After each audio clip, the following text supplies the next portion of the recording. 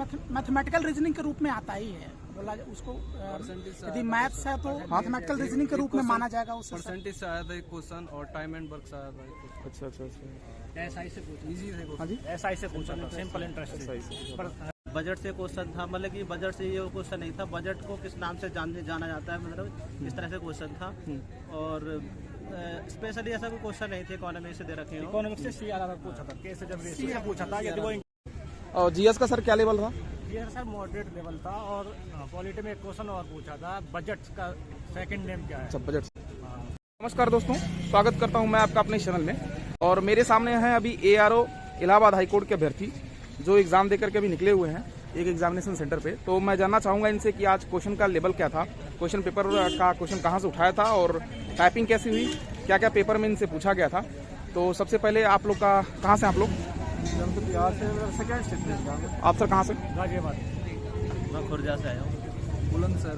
मैं गया बिहार से हूँ। मैं इलाहाबाद से।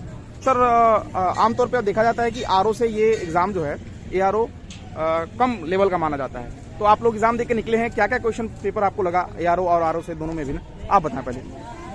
RO से इसका लेवल हाई था ARO का। अच्छा। ये मुझे जैसा कि लगा, हाँ। ARO का जो लेवल था RO के कंपैरिजन में हाई था। हाँ। और जो क्वेश्चंस थे वो जनरल नॉलेज में भी जो थे वो इंटेलेक्चुअल बेस्ड क्वेश्चन थे, इसमें कि मतलब लॉजिकल टाइप क्वेश्चन था, ऐसा नहीं कि डायरेक्ट मेमोरी बेस्ड नहीं था क्वेश्चन। अच्छा।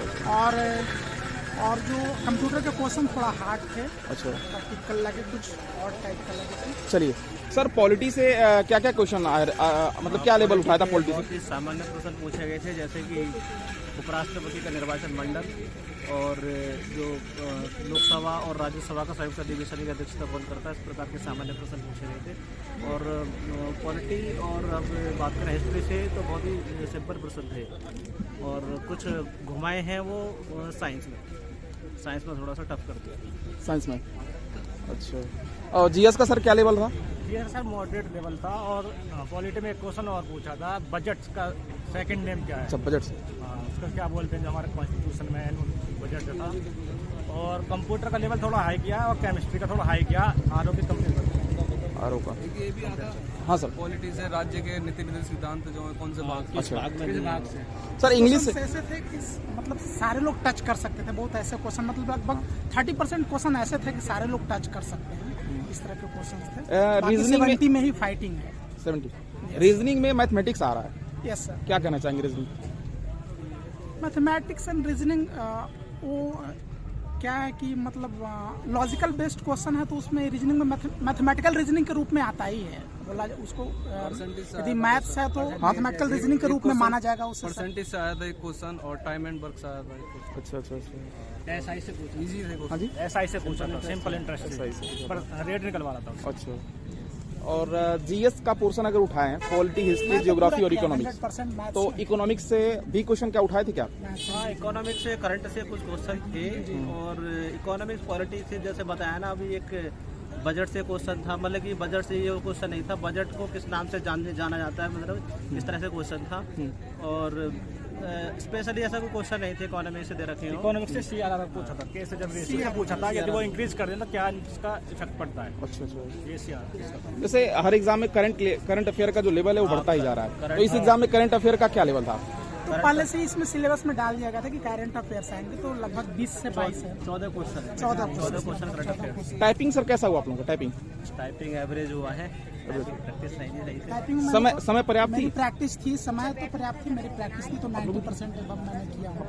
और जो लेंस ऑफ वर्ड्स जो थे, हार्डेड वर्ड डाले गए थे, मतलब जो जजमेंट का जो एक तरह से जो जुडिशियल मैटर था, काफी थे वर्ड रिपीटेशन थे ना, तो वो आसान थे, जैसे कई बार रिपीट हो रहे थे वर्ड। ले एक्ट है। हाँ, तो एक्ट वगैरह है वो बार बार रिपीट हो रहे थे, इसकी वजह से वो थोड़े लॉन्ग भी थे। लॉन्ग भी वर्ड लॉन्ग थे थोड़े से। अच्छा।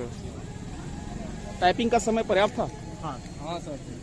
तो वो सॉफ्टवेयर रहता है। हाँ, वो तो ऑटोमेटेड। नहीं, समय आप लोगों को जो मिला था 20 मिनट, वो पर्याप्त था? पर्याप्त था कुछ, बट हम कुछ सेंटेंस छूट गया है। अच्छा। सभी लोग बता रहे हैं कि 99 पॉइंट कुछ तक आ रही है, 100% शायद बहुत कम ही लोगों का हो पा रहा है, क्यों? 99% कुछ ही आई थी मेरी, मैंने टाइपिंग करी थी पूरी, अच्छा। पैराग्राफ टाइप किया था, हाँ। 99.58 आई थी मेरी। हाँ हाँ हाँ। पता नहीं कुछ स्किप हो गया, स्पेस का शायद लग रहा है मुझे। पूरा नहीं हो पा रहा, 100% पूरा नहीं हो पा रहा। मेरा भी 99.80 था। आरओ का कोई आप में से कोई आरओ का परीक्षा दिया मैं दिया था? था। आरओ के पेपर से और ARO के लेवल में आप क्या कुछ अंतर देख रहे हैं? आरओ का थोड़ा पेपर मुझे तो इससे थोड़ा ये लगा था, इजी लगा था। वजह जो भी हो ये तो मैं नहीं कर सकता हूँ, लेकिन RO चलिए, तो ये था आज इलाहाबाद हाई कोर्ट ARO का एग्जामिनेशन सेंटर के बाहर कुछ परीक्षार्थी थे जिन्होंने पेपर का कुछ लेवल बताया, और इनका ये मानना है कि आरओ के पेपर से इस बार का जो ARO का एग्जाम हुआ है उसका पेपर लेवल काफ़ी थोड़ा सा हाई रहा है। तो बहुत बहुत धन्यवाद आप लोगों का, थैंक यू।